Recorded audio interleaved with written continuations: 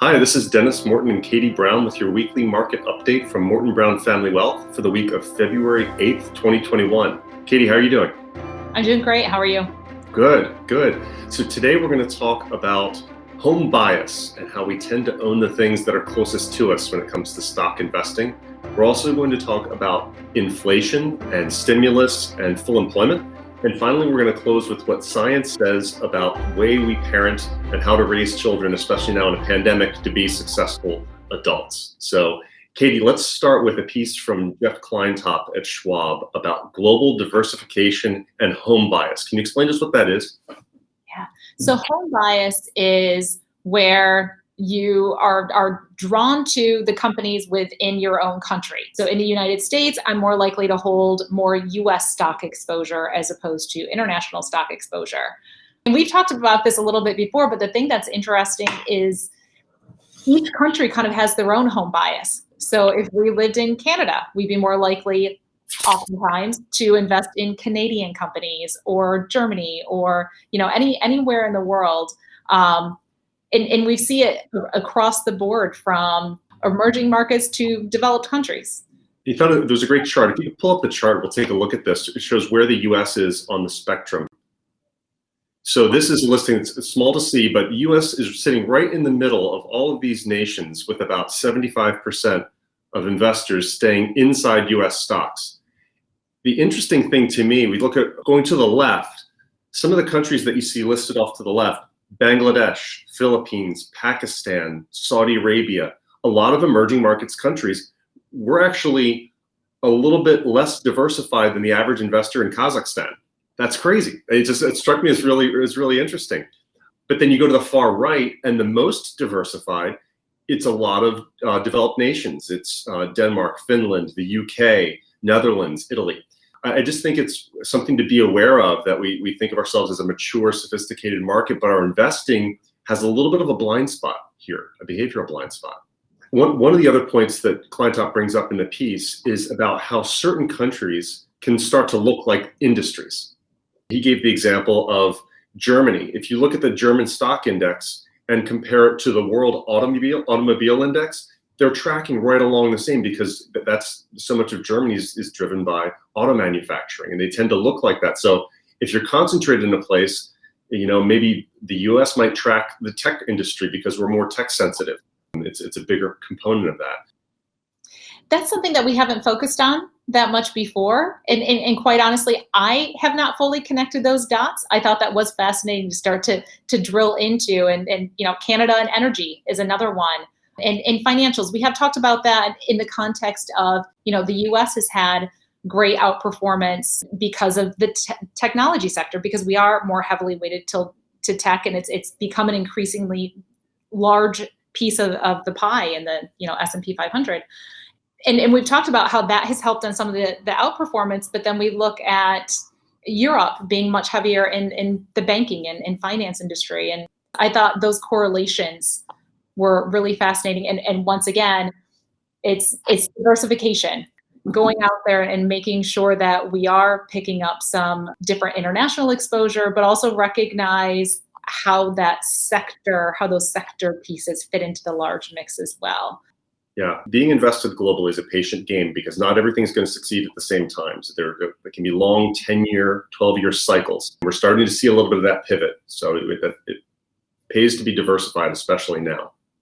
That's something else. There's another small chart in there, and this is something that we've talked about before too, is that changing of leadership. And sometimes it happens over decade-long periods.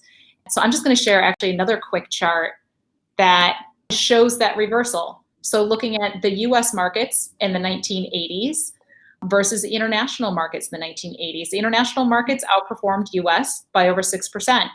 In the 90s, it flipped. And the US was outperformed by almost 9%. And then we flipped again in the 2000s, and we flipped again in the 2010s. So we see these longer market periods where it pays to be invested across the board, but also to have an awareness of how those change in tides occur.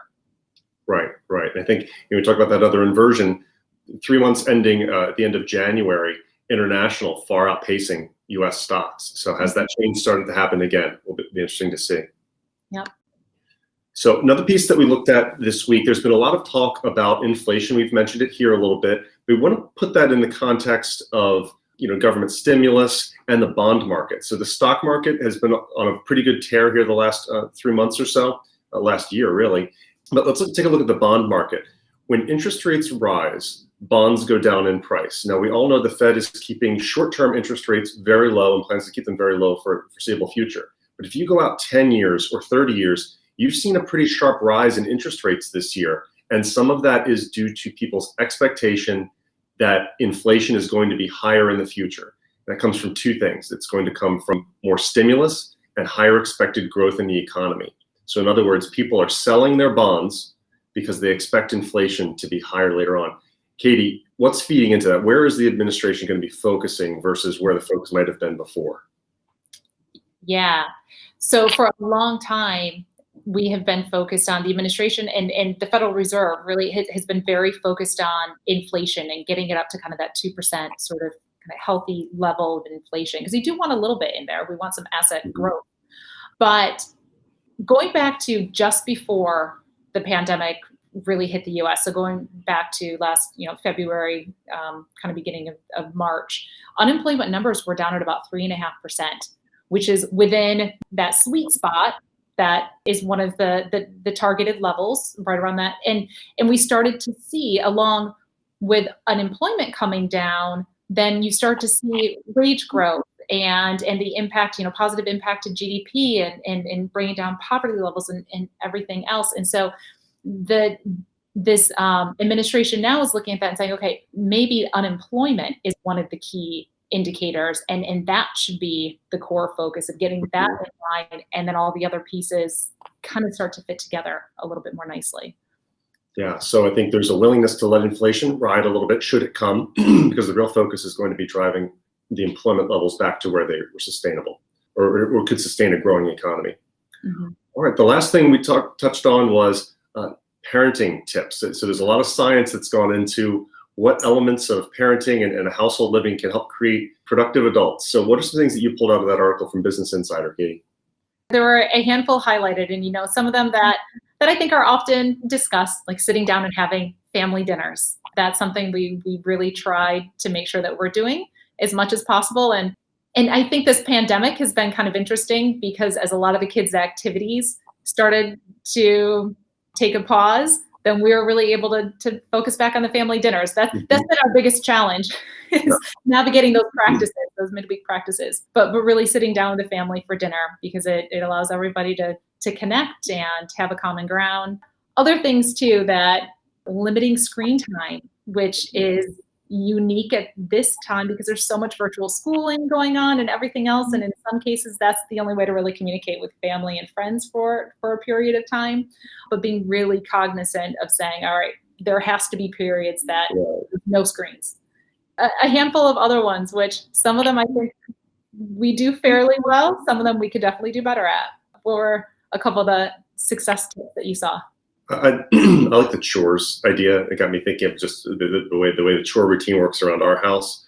I think that's a really important thing. I grew up in a relatively large family. I'm the oldest of four, so it was always a lot of pulling weight that happened. I think that's an important thing. It's almost a reward sometimes when they get to step up in the responsibility that you give them. Like, hey, you no longer have to do this, but we do expect you to watch your brother and sister, and take on more responsibility. So I like that idea of like ratcheting up the responsibility levels with chores.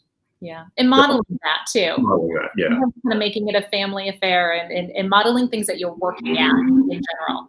Yeah. What was your favorite chore growing up? My favorite chore? Probably dusting. I felt like that was the easiest thing. Mine was mowing the lawn. It took a long time. We had a big yard, got a riding mower, got to sit out there, listen to music, and just ride around all day. With your Walkman or Discman? With my Walkman. Nice. Except that one time where I ran into a tree that my parents had planted and split it in two because I wasn't paying attention. But they were able to use electrical tape to tape it back together, and that tree is thriving, 25 years later. So, yeah. So cool. Yeah, it's a heartwarming story. So, all right. Well, thanks for being with us this week. We'll check in again next week. As always, if there's a topic you'd like to hear us talk about in one of our market updates, shoot us an email, and we look forward to catching up with you soon.